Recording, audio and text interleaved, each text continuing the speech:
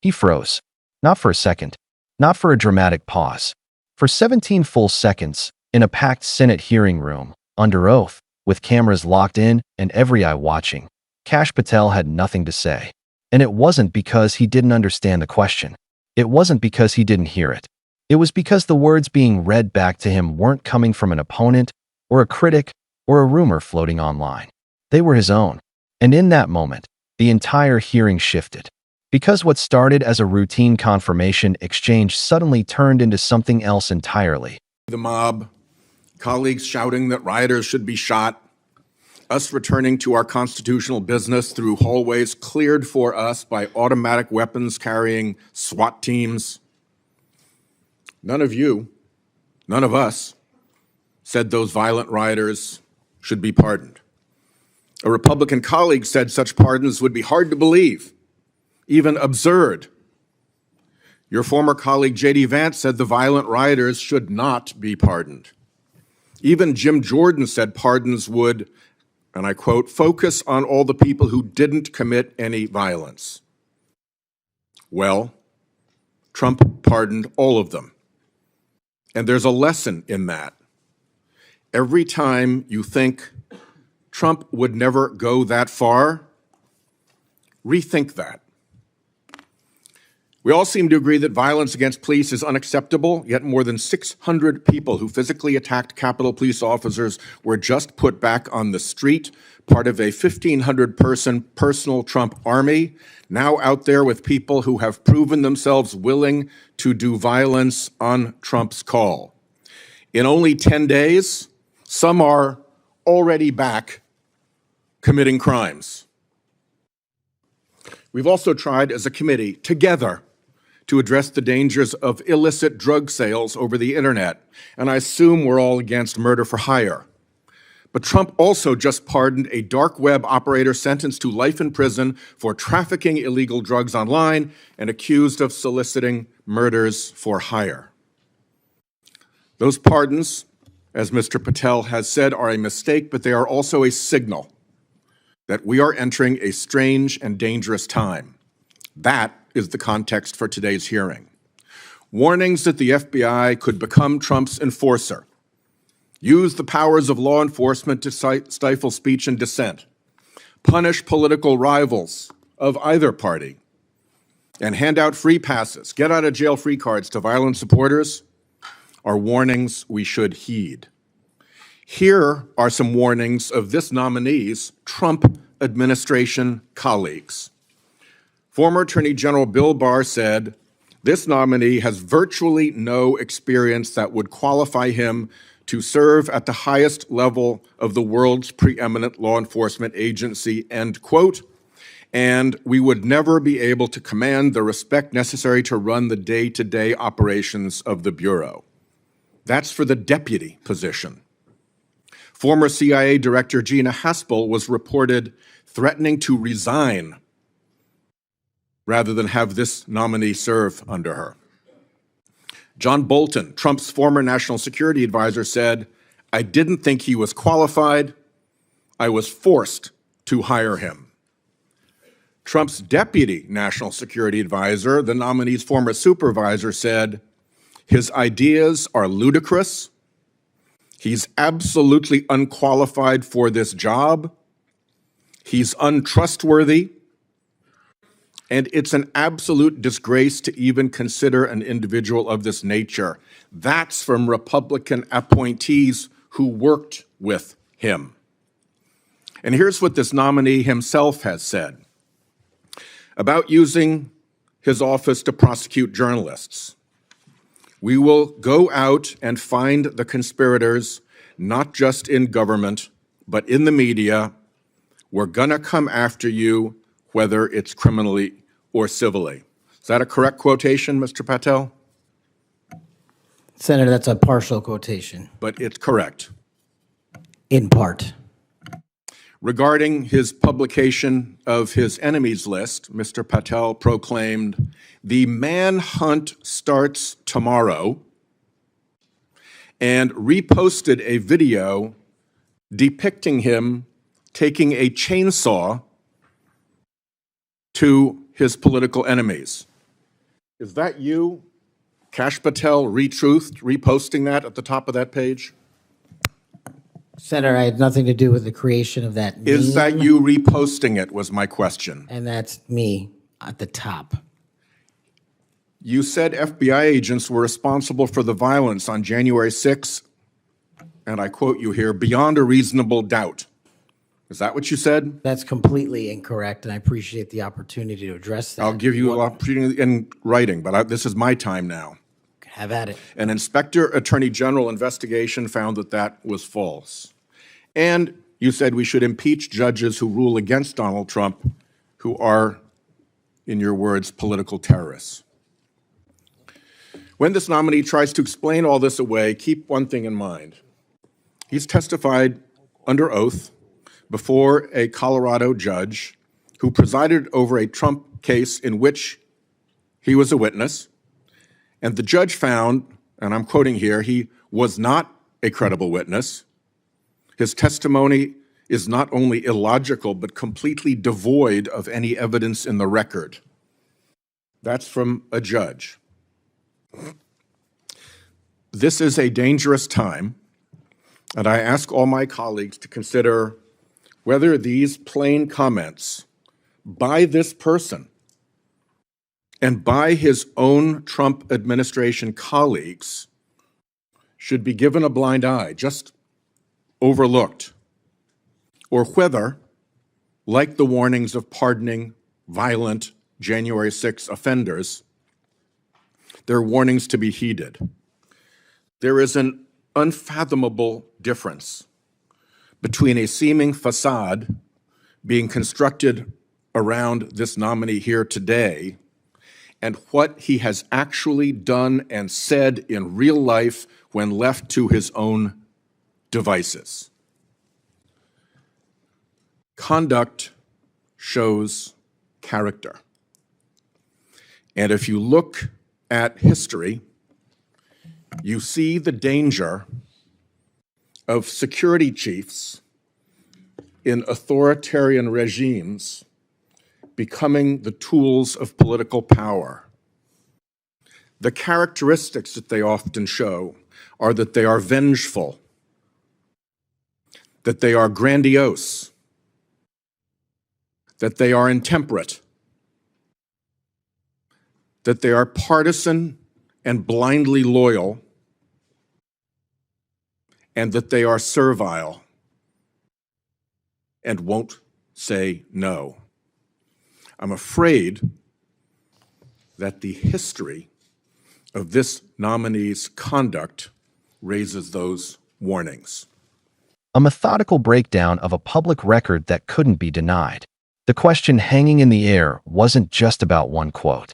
It was about what happens when a person's own words are placed directly in front of them, stripped of context, stripped of spin, and forced into the light. And what followed next wasn't loud. It wasn't chaotic. It was quiet, controlled, and far more damaging because of it. The setup for that moment didn't look dramatic at first. Sheldon Whitehouse didn't walk into the room raising his voice or trying to dominate the space. He didn't need to. He walked in with a single piece of paper, and on that paper was a direct quote. Not paraphrased, not interpreted. A line pulled word for word from Patel's own public statements. But that paper wasn't the whole plan. It was just the starting point. Because while most people watching expected another back-and-forth exchange, Whitehouse had something different in mind. He wasn't preparing to argue. He was preparing to build a case. And that difference mattered more than anyone realized at the time. Because when someone comes in ready to argue, you can push back, interrupt, redirect.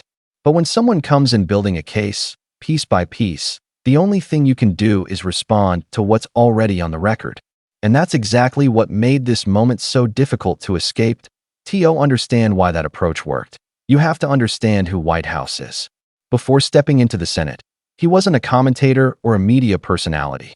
He built his career inside courtrooms. As a prosecutor and later as Attorney General, his job wasn't to win arguments in real time. It was to construct narratives supported by evidence that could stand up under scrutiny.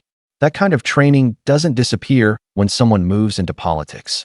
It shapes how they ask questions, how they present information, and most importantly, how they sequence it.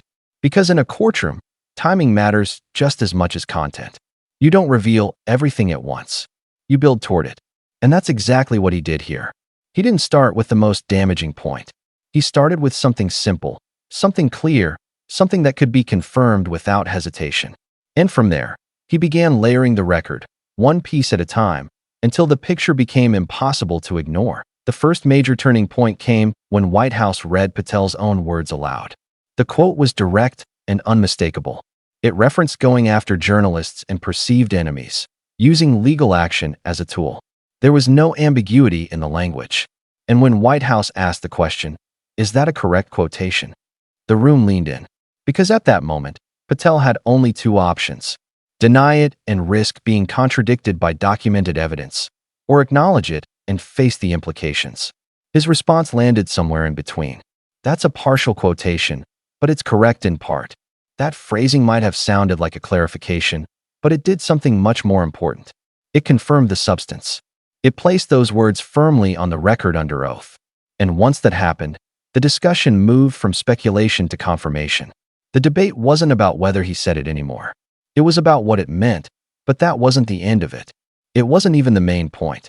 Because Whitehouse didn't stop after securing that acknowledgement. He moved forward immediately, introducing the next piece of evidence without giving the moment time to dissipate. He brought up a video, one that Patel had reposted publicly. Again, the question was simple. Was that you? Patel initially distanced himself from the creation of the content, but when pressed, he confirmed his involvement in sharing it. And just like before, that confirmation mattered more than any explanation that could follow. Because each acknowledgement added another layer to the record. Each one made it harder to step back and claim misunderstanding or misrepresentation. And the pace at which these confirmations were gathered kept the pressure consistent. There was no time to reset, no opportunity to reframe.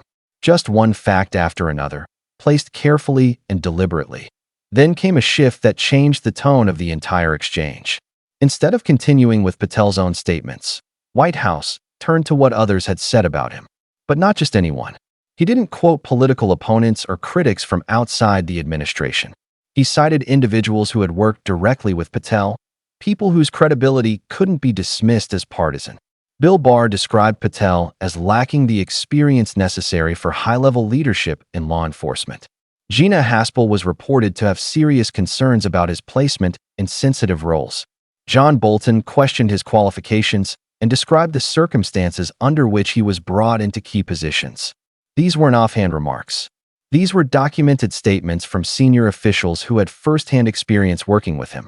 And by placing those statements into the record, Whitehouse expanded the conversation beyond individual quotes. He introduced a pattern of concern that came from within Patel's own professional circle. That pattern became even more significant when Whitehouse shifted again, this time to broader claims that had been made publicly. One of the most notable involved allegations about the events of January 6th Capitol attack. Patel had suggested that federal agents played a role in the violence, a claim that carried serious implications. But instead of debating the claim directly, Whitehouse referenced the findings of an official investigation conducted by the Department of Justice's Inspector General. The conclusion was clear. The claim was not supported by evidence. By presenting that finding, Whitehouse didn't need to argue against Patel's statement. He simply placed an authoritative conclusion alongside it and allowed the contrast to speak for itself. And that approach reinforced the overall strategy. This wasn't about winning a verbal exchange. It was about documenting a discrepancy between public statements and verified findings. The moment that followed was perhaps the most impactful of the entire hearing. Whitehouse introduced a judicial ruling, something fundamentally different from a political opinion or a media report. He explained that Patel had testified under oath in a federal case, and that a judge had evaluated that testimony in writing. The language of that evaluation was precise and unambiguous. The judge concluded that Patel was not a credible witness, that his testimony was illogical, that it lacked evidentiary support. Those words weren't interpreted or summarized. They were read directly into the record. And because they came from a judicial authority, they carried a weight that couldn't be easily dismissed. This wasn't a disagreement between politicians. It was an assessment from a legal proceeding, grounded in the standards of evidence and credibility that define the court system. And once those words were spoken, The room fell into a different kind of silence at that point. The accumulation of information had reached a critical mass. It wasn't about any single quote or any single criticism anymore. It was about the consistency of the record. Public statements, confirmed under oath. Concerns from colleagues within the same political sphere. Contradictions between claims and official findings. And now, a judicial evaluation questioning credibility. Each element reinforced the others. Each one made the overall picture clearer. And instead of drawing a direct conclusion, Whitehouse allowed that picture to stand on its own. He didn't need to raise his voice or deliver a final accusation. The structure of the presentation had already done the work, but he didn't stop there. In the final phase of his remarks, Whitehouse stepped back from the specifics and addressed something broader. He spoke about patterns that have appeared in different political systems over time. He described how individuals placed in positions of authority, particularly within security institutions, often exhibit certain traits when those systems begin to shift.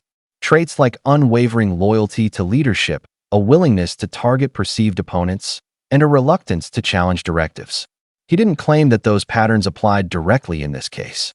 Instead, he outlined them as a framework, a way of thinking about the responsibilities and risks associated with the role being discussed. And by doing that, he shifted the focus from the individual to the implications of the position itself. When he finished, there was no immediate reaction, no interruption, no attempt to reclaim the narrative. Patel remained at the table, and for a moment, the hearing room held that silence. Because everything that needed to be said had already been placed on the record. The questions had been asked, the answers had been given, and the documentation spoke for itself. In the days that followed, the impact of that exchange continued to be discussed, not because of a single headline or a single moment, but because of how it unfolded. Slowly, methodically, without theatrics.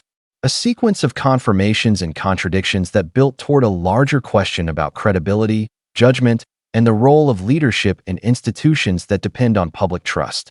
And that brings us back to the moment where it all seemed to pause. 17 seconds. Long enough for the weight of a question to settle. Long enough for the realization to set in that there wasn't an easy way out. Because when your own words become the evidence, the conversation changes. It's no longer about interpretation. It's about accountability. And in that hearing room, with every camera focused and every statement recorded, that accountability was placed front and center in a way that couldn't be undone. If you found this breakdown insightful and want more deep dives into moments like this, make sure to subscribe to the channel, hit the like button, and turn on notifications so you never miss an update. This is your go-to place for clear, compelling political analysis that goes beyond the headlines. Thanks for watching, and we'll see you in the next video.